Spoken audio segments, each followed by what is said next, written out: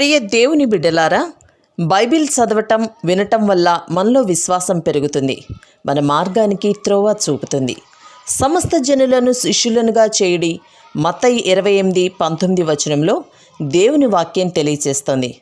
Telugu బైబిల్స్ను RRK మూర్తి గారు research చేసి విశ్లేషణ చేసిన బైబిల్లోని ప్రతి అధ్యాయాలను వచనాలను వరుస క్రమంలో అనగా ఆదికాండం నుండి ప్రకటనా గ్రంథం వరకు ఇవ్వబడుతుంది. ప్రతి ఒక్కరూ ఆధ్యాత్మికంగా విశ్వాసంలో బలపడి మీ జీవితంలో ఎదుర్కొంటున్న సమస్యల నుండి విడుదల పొందండి. ప్రతి ఒక్కరూ మీ దీవెన టీవీని సబ్స్క్రైబ్ చేసి ఈ వాక్యాన్ని లైక్ చేసి మీ మిత్రులకు బంధువులకు షేర్ చేయండి. దేవుని సువార్తను ప్రకటింపబడుటలో మీరు పాలిభాగస్తులు కండి. క్రీస్తునందు ప్రియ సోదరీ సోదరులారా, బాగున్నారా? యాకోబు పత్రిక 4:8 వచనం మిమ్మల్ని ఈ రోజు పాఠానికి ఆహ్వానిస్తోంది. దేవుని వద్దకు రండి, అప్పుడాయన మీ వద్దకు వస్తాడు. దేవునికి మనమెంత దగ్గరగా ఉంటామో ఆయన మనకు అంత దగ్గరగా ఉంటాడు.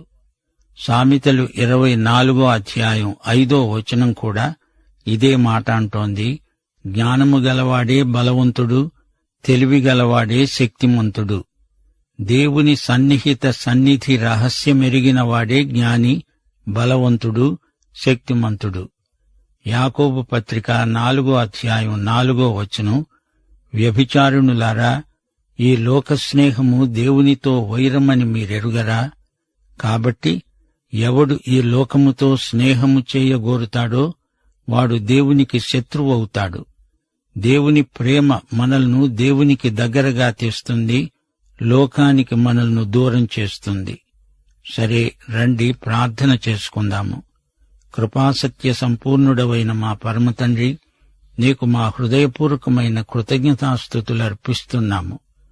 మా శ్రోతలను సకుటుంబంగా నీ కృపాసనము చెంతకు తెస్తున్నాము. వారిని వ్యక్తిగతంగాను కుటుంబాలుగాను ఆశీర్వదించండి. వారిని కనికరించండి. వారి ఆధ్యాత్మిక, శారీరక, మానసిక అక్కరలనన్నిటినీ మీ సమృద్ధిలో నుండి తీర్చండి.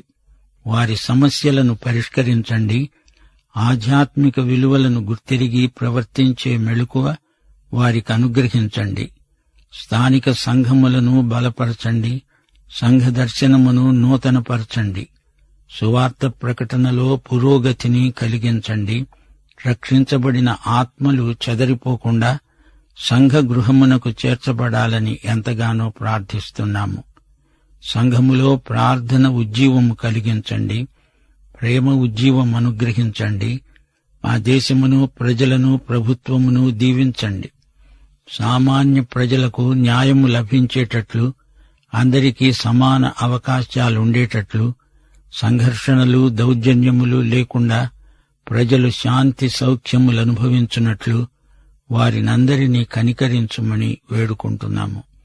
నేటి వాక్య అధ్యయన ఆశీర్వాదములు మాకందరికీ అనుగ్రహించుమని, సైతానీయ అంధకార శక్తులను లయపరచుమని ప్రభువైన యేసుక్రీస్తు వారి శుభనామమున ప్రార్థించి వేడుకుంటున్నాము పరమ తండ్రి.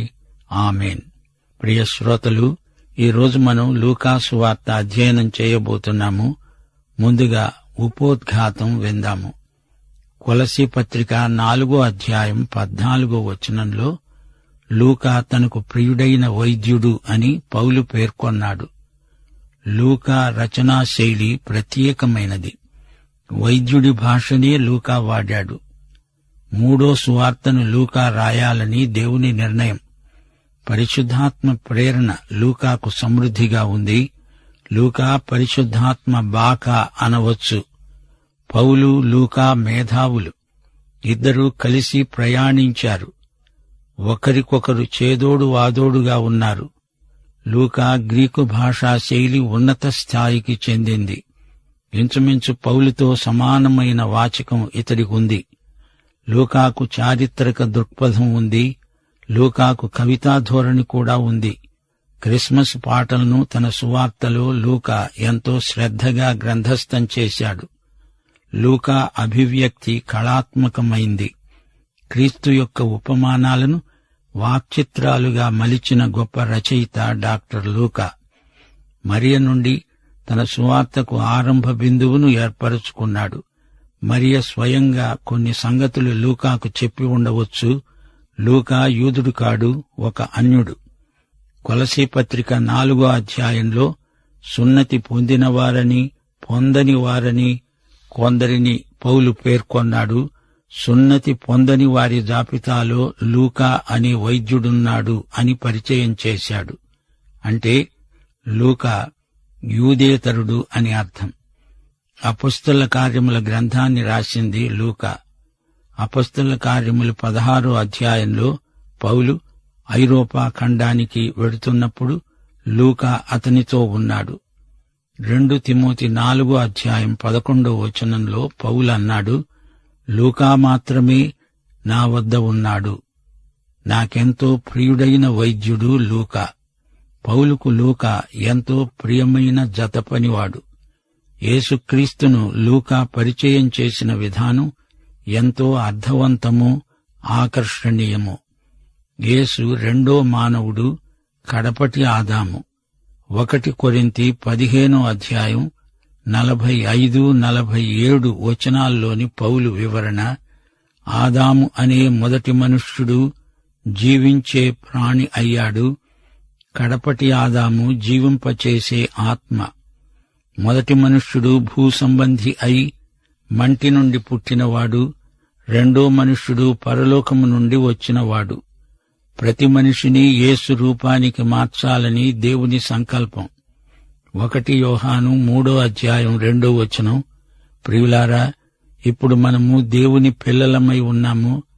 మనమిక ఏమవుతామో అది ఇంకా ప్రత్యక్షపరచబడలేదు. కాని ఆయన ప్రత్యక్షమైనప్పుడు ఆయన ఉన్నట్లుగానే ఆయనను చూస్తాము గనుక ఆయనను పోలి ఉంటామని ఎరుగుదుము. శ్రోతలు, యేసు రెండో మానవుడు, ఆ తరువాతనే మానవులందరూ. అయితే యేసే కడపటి ఆదాము. మానవతకు యేసే చిట్ట చివరి ఆదాము. హెబ్రీ పత్రిక 2వ అధ్యాయం 17వ వచనం ఇదే మాట అంటోంది. అన్ని విషయములలో ఆయన తన సహోదరుల వంటివాడు కావలసి వచ్చింది. ఆయన సహోదరులందరూ నూతన సృష్టిలో ఆయన వంటివారే. ఇది నిజం. లూకా సువార్త ఒక నమ్మకమైన చరిత్ర గ్రంథం. లూకా చరిత్రకారుడు. పౌలు చేసిన ప్రయాణాలను గురించి రాశాడు. లూకా గ్రంథస్థం చేసిన చరిత్ర వివరాలను ఏ చరిత్రకారుడు కాదనలేడు. చిన్నాసియాలోని సంఘటనలు, సంఘాలు లూకా తన రచనల్లో పేర్కొన్నాడు. 4 సువార్తల్లో లూకా సువార్త చరిత్రాత్మక వివరణలతో నిండి ఉన్నది. లూకా సువార్త ఆధ్యాత్మిక సందేశం. యేసు వ్యక్తిత్వం సంపూర్ణమైనది. యేసు దేవనరుడు, లోకరక్షకుడు. యేసు మానవ శరీరము ధరించిన దేవుడు. మత్తయి సువార్తలో యేసు మెస్సియాగా పరిచయమవుతాడు. మార్కు సువార్తలో యేసు ఒక గొప్ప సేవకుడు, యెహోవా సేవకుడు. లూకా సువార్తలో యేసు సంపూర్ణ మానవుడు. దేవుడు మానవుడై లోకానికి వచ్చాడని యోహాను సువార్త ప్రత్యక్షపరుస్తుంది.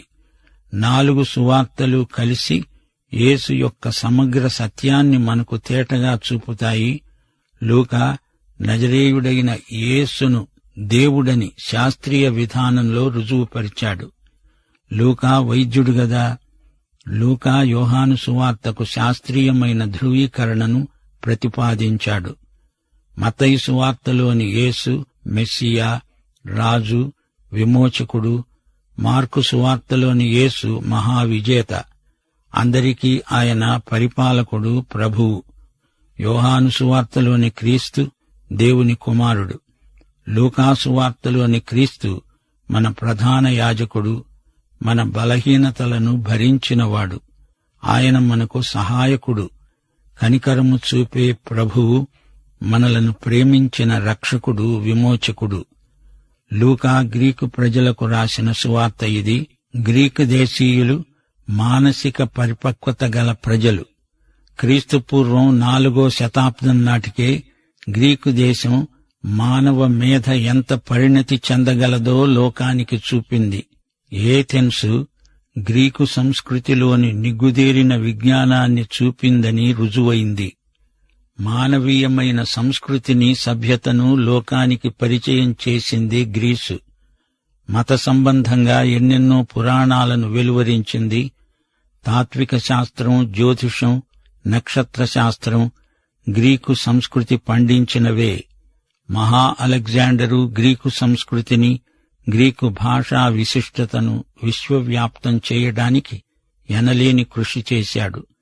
ఈజిప్టులో అలెగ్జాండ్రియా అనే చోట పాత నిబంధన గ్రంథమంతా గ్రీకు భాషలోకి అనువదించటం జరిగింది. దీనినే సెప్టువజెంట్ అంటారు. కొత్త నిబంధన గ్రంథమంతా గ్రీకు భాషలోనే ఉంది. ఇన్ని ఉన్నా ఆధ్యాత్మికంగా గ్రీకు సంస్కృతి, సభ్యతలు దివాలా తీశాయి. ఈ లోకం గ్రీకు వారికి ఇల్లు, క్రీడాస్థలం, బడి, కర్మాగారం. అదే వారికి సమాధి అయింది. అందుకే ఏథెన్సులో బలిపీఠం మీద రాశారు, తెలియబడని దేవునికి. దాన్ని ఆధారం చేసుకుని పౌలు వారికి యేసుక్రీస్తు సువార్తను ప్రకటించాడు.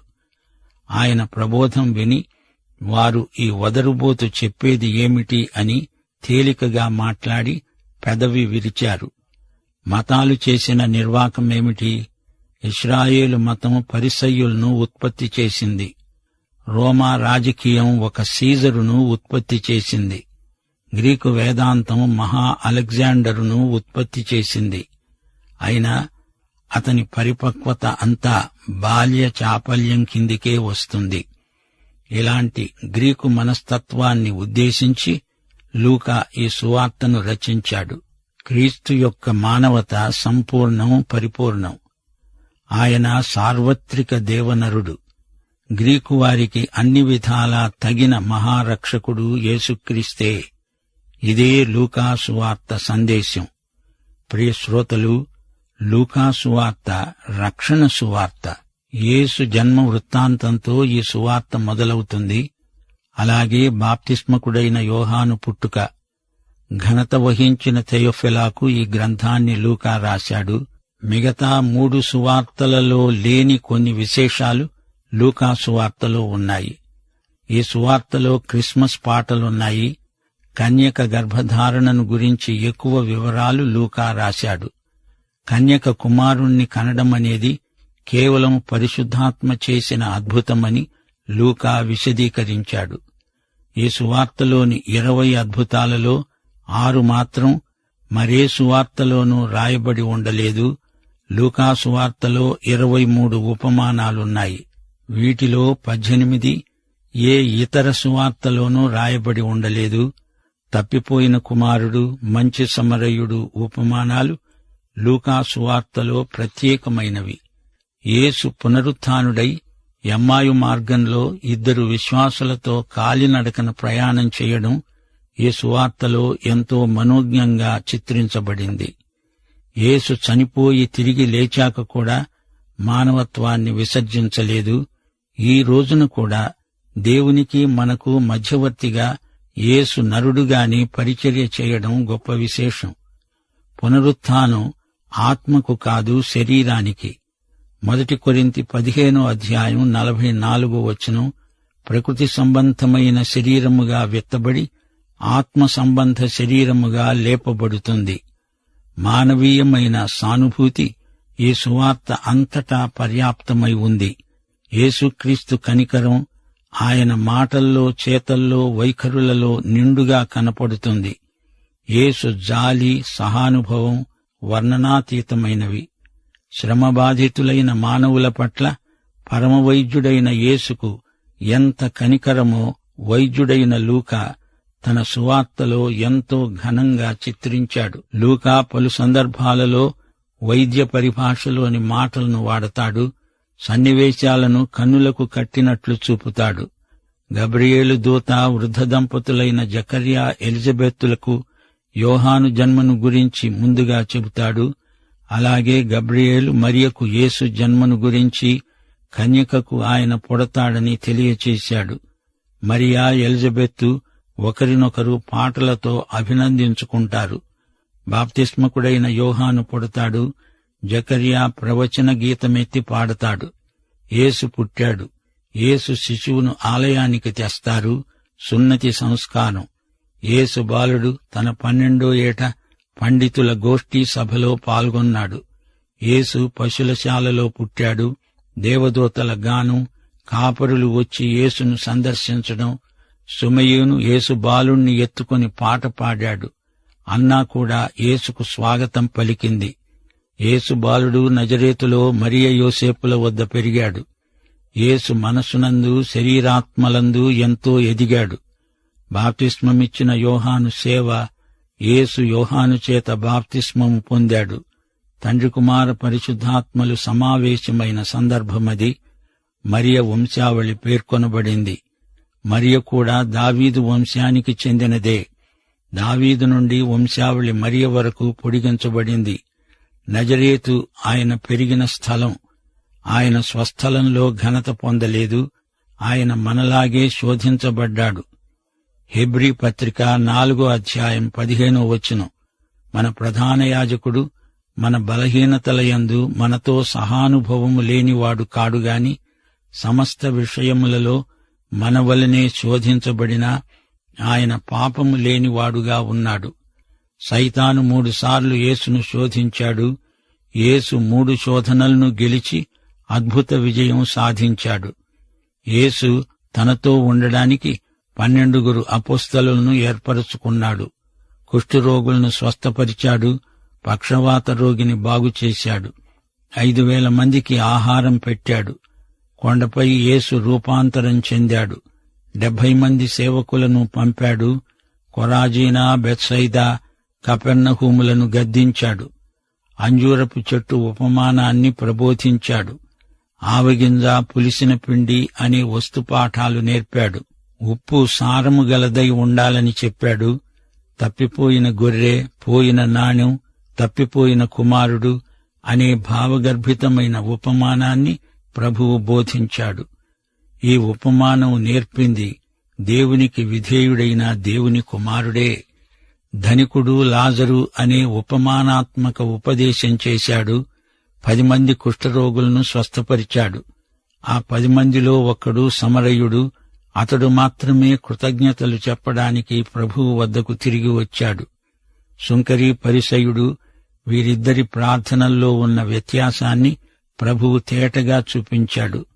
ఒక ధనిక యువకునికి దశాజ్ఞల్లోని 5 ఆజ్ఞలను ఎత్తిచూపి తాను అతనికి ప్రభువు అయి ఉండాలంటే అతడు శిష్యత్వపు వెల చెల్లించాలి అని ప్రబోధం చేశాడు. యేసు యెరికో పట్టణంలో జక్కయ్యను వ్యక్తిగతంగా అతని ఇంట్లో అతని కుటుంబాన్ని కలుసుకొని అందరినీ రక్షించాడు. యేసు యెరూషలేము దేవాలయాన్ని శుద్ధి చేశాడు. బియద విధవరాలి కానుకను ప్రభువు ఎంతగానో ప్రశంసించాడు. లూకాసువార్త 22-23 అధ్యాయాలలో యేసు మనకు బంధు విమోచకుడుగా సాక్షాత్కరిస్తున్నాడు. యూదా ద్రోహం తలపెట్టాడు. ప్రధాన యాజకులతో ఒప్పందం చేసుకున్నాడు. యేసును అప్పగించడానికి బేరం కుదుర్చుకున్నాడు. యేసు తన చివరి పస్కా భోజనం ఏర్పాటు చేసుకున్నవాడై దానినే ప్రభువు భోజన సంస్కారంగా ప్రతిష్ఠించాడు. తన శిలువ వేతను యేసు ముందుగా ప్రవచించాడు. రాబోయే రాజ్యంలో తన 12 అపోస్తలులు మహోజ్వల భవిష్యత్తు కలిగిన వారని చూపాడు. పేతురు యేసును ఎరగనని 3 సార్లు బొంకాడు. యేసు తన శిష్యులకు రాబోయే శ్రమలను గురించి హెచ్చరిక మాటలు చెప్పాడు. గెత్సెమనీ తోటలో మహావేదనామయుడైన ప్రభువు మనకు కనిపిస్తాడు. యూదా ప్రభువును అప్పగిస్తాడు. మానవ చరిత్ర అంతటిలోకి అది ఒక అమానుష చర్య. ప్రధాన యాజకుని ఎదుట ఒక ముద్దాయిగా యేసు నిలువబడ్డాడు. పేతురు ప్రభువును నేను ఎరగనంటే ఎరగను అని 3 సార్లు అన్నాడు. యేసును సిపాయిలు అపహాస్యం చేశారు, కొట్టారు. సన్హెద్రిను సభ ఎదుట ఆయనను హాజరుపరిచారు. పిలాతు ఎదుట యేసు నిలవబడి ఉండడం చూస్తాము. పిలాతు, హెరోదు యేసు పట్ల చూపిన వైఖరి ఎలాంటిదో చూడబోతాము. బరబ్బాకు విడుదల, యేసుకు శిలువ వేత నిర్ణయించబడింది. అధికారులు, సిపాయిలు యేసును వేళాకోళం చేస్తారు. శిలువకు ఇరువైపుల ఉన్న 2 దొంగలలో ఒకడు ప్రభువును అంగీకరించి పరలోక పౌరుడైపోయాడు. ప్రభువు తన తండ్రికి ఆత్మను అప్పగించుకున్నాడు. ఆ తరువాత యోసేపు తన కోసం తొలిపించుకున్న సమాధిని యేసుకిచ్చాడు. అందులో యేసును సమాధి చేస్తారు. యేసు పరిపూర్ణ మానవుడు. లూకాసు వార్త 24వ అధ్యాయంలో యేసు పునరుత్థానం ఎంతో అద్భుతంగా వర్ణించబడింది. యేసు సమాధి నుండి లేచాడు. ఎమ్మాయి మార్గమందు 2 విశ్వాసులతో ప్రభువు నడిచాడు. ఆ 2 శిష్యులకు తనను తాను ప్రత్యక్షపరచుకున్నాడు. శిష్యులందరూ కూడి ఉండగా యేసు వారికి సాక్షాత్కరించాడు. 11 శిష్యులు యేసును చూచి పరమానంద భరితులయ్యారు. సమస్త సృష్టికి సువార్త ప్రకటించవలసిందని వారికి ఆజ్ఞాపించాడు. శ్రోతలు వింటున్నారా? ఈ రోజు వరకు కూడా యేసు సజీవుడు. ఆయన పరిపూర్ణ మానవుడై ఉండి దేవుని వాక్యాన్ని ధృవపరుస్తున్నాడు. యేసు సంపూర్ణ మానవుడై తన మానవతతోనే పరలోకానికి ఆరోహణమై వెళ్లిన వైనం లూకాసు వార్త చివరి అధ్యాయంలో వివరించబడింది. పరలోకంలో దేవునికి మనకు మధ్యవర్తిగా ఉన్న మహా ఆధ్యాత్మిక చక్రవర్తి యేసుక్రీస్తు తన వారిని ఆశీర్వదిస్తూనే ఉన్నాడు. ప్రియశ్రోతలు, ఇది లూకాసు వార్త. ఇందులో 24 అధ్యాయాలున్నాయి. ప్రతి అధ్యాయం ఆధ్యాత్మిక సత్యాలతో నిండి ఉంది. 29 సందేశాలలో ఈ గ్రంథమంతా పూర్తిగా ప్రతి వచనం అధ్యయనం చేయబోతున్నాము. ప్రతి పాఠం సావధానంగా వినండి. హెబ్రీ పత్రిక 4వ అధ్యాయం 12వ వచనంతో ఈ సందేశాన్ని ముగించగోరుతాము. దేవుని వాక్యము సజీవమై బలముగలదై 2 అంచులు గల ఎటువంటి ఖడ్గము కంటే వాడిగా ఉండి ప్రాణాత్మలను కీళ్లను మూలుగను విభజించేటంత మట్టుకు దూరుతూ హృదయం యొక్క తలంపులను ఆలోచనలను శోధిస్తున్నది. పాఠం ఇంతటితో సమాప్తం. మన ప్రభువైన యేసుక్రీస్తు వారి దివ్యకృప, తండ్రి అయిన దేవుని పరమ ప్రేమ, పరిశుద్ధాత్మ యొక్క అన్యోన్య సహవాసము మనకందరికీ నిత్యత్వము పర్యంతము తోడై ఉండునుగాక. ఆమేన్.